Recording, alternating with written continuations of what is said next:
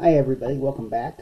So in the last video we talked about confidence intervals for the mean, whereas you take a sample mean and then you use it to estimate the population mean by producing an interval centered at the sample mean and saying, well, with this level of confidence, we think that the population mean is in this interval. And we said this was the precise interval. It's x bar minus e sub c to x bar plus e sub c, where e sub c is the margin of error, where it's computed by this way with we're assuming that sigma, in this case when sigma is known and the population is either normally distributed or n is at least 30. And then the z sub c is defined by this critical value. And we said there are only about four values of z sub c that you have to know. Actually, it's more like 3. And we said that because usually c is either going to be 0.9 or 0.95 or 0.99. Okay, and maybe I will just again see something that you should have this written down somewhere. Know that c sub c is for 0.90, this is 1.645. 0.95 is z sub c is 1.96, and 0.99 for that confidence level is z sub c is 2.575. Okay, these are really the only values of z sub c realistically we'll know. We'll have to compute or use. So before talking about sample size, let me go to your last example in the notes for a little bit more of a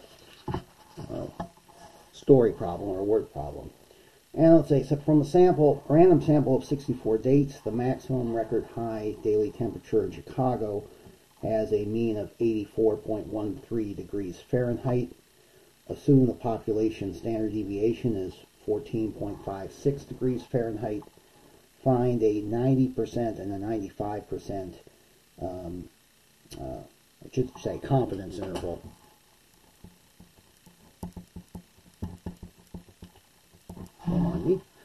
Confidence interval for the mean record high daily temperature in Chicago. Okay, now of course we could compute this directly. It's only 365 days. But let's say we did this with taking a random sample of 64 dates, and because 64 is bigger than 30, that satisfies the first criterion, and the population standard deviation is known. Okay, so we can see that sigma is 14.56, and our x bar is 84.13, and our sample size is 64.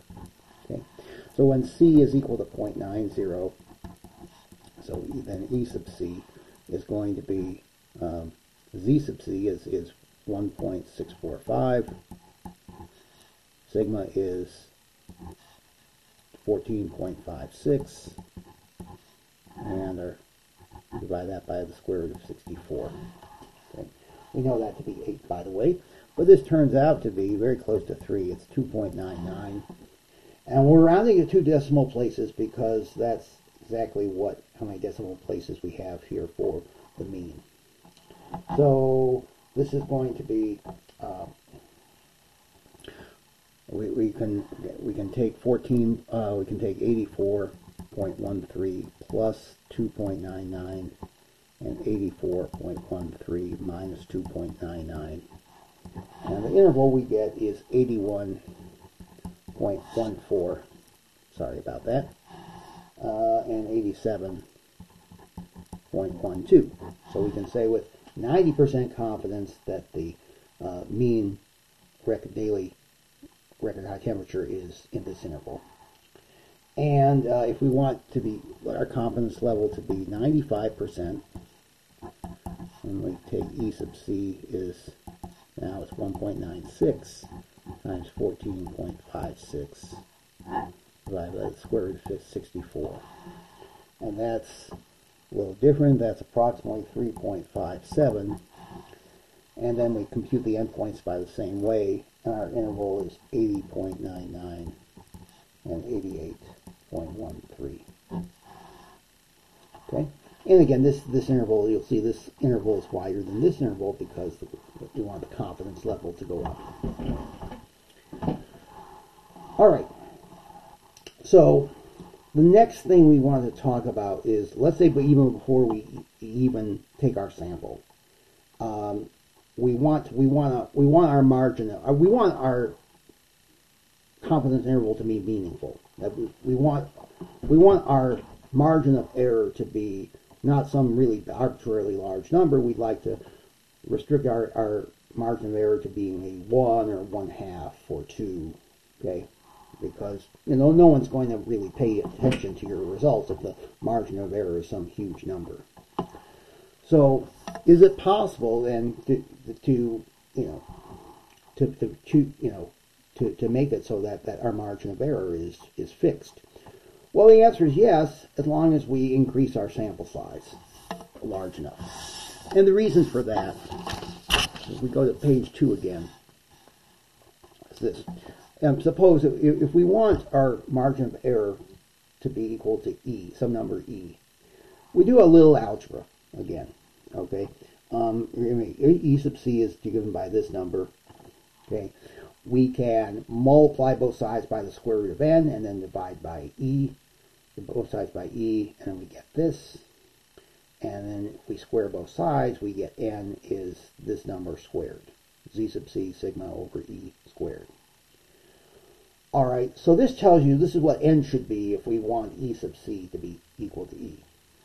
Basic algebra. If you're not good at algebra, don't worry about this. You can just memorize this fact, that to be C% confidence, or have confidence level C, that x bar is within E of mu, we need the sample size to be at least this number, Z sub c times sigma over E squared. Okay, and obviously n is going to be has to be a whole number, so it's going to be the biggest whole, the smallest. We want to make sure that if this number is like maybe 65.2, then n has to be at least 66, right? Okay, so let's see. Go back to example 2, page 3, and see how this would work. All right, so let's say if sigma is 2.5, how large should our sample size be if we want to be 95% confident that our estimate from mu is within 1 unit of its true value? Okay, so in this case we want E to be 1, okay, C is going to be 0.95, sigma is 2.5, right? So we want what should n be? Well, again, Z sub c, if it's 0.9, Z sub c is 1.96, and then if we plug that into the other formula, we have 1.96 times 2.5 divided by 1, and we square that. If we square that, we get 24.01, amazingly enough.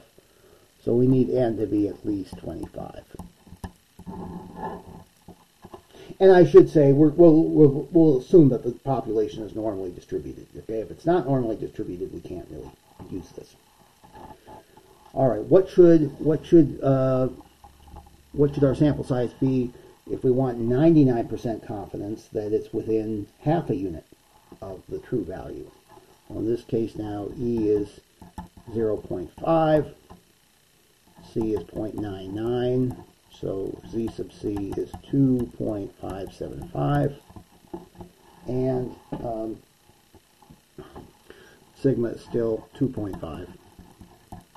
Okay, so we would compute 2.575 times 2.5 over 0.5 squared. And this is actually going to be bigger. I'm not surprised. When you divide a number by a number that's, divide something by a number that's between 0 and 1, your quotient always goes up. And so, believe it or not, this is 165.76. So we want n to be at least 166. Okay. So these are this isn't too bad. You have the right. Using a lot of this is just going to be plugging in formulas. The problem is you're going to see which formula do you use in which situation. That's really the only tricky part. And the two formulas here, you only use that if sigma is known. And that's going to be easy to remember because these formulas involve sigma. Okay. Now in the next video, we'll have formulas that don't involve sigma. All right. So until next time, goodbye, and we'll see you next time.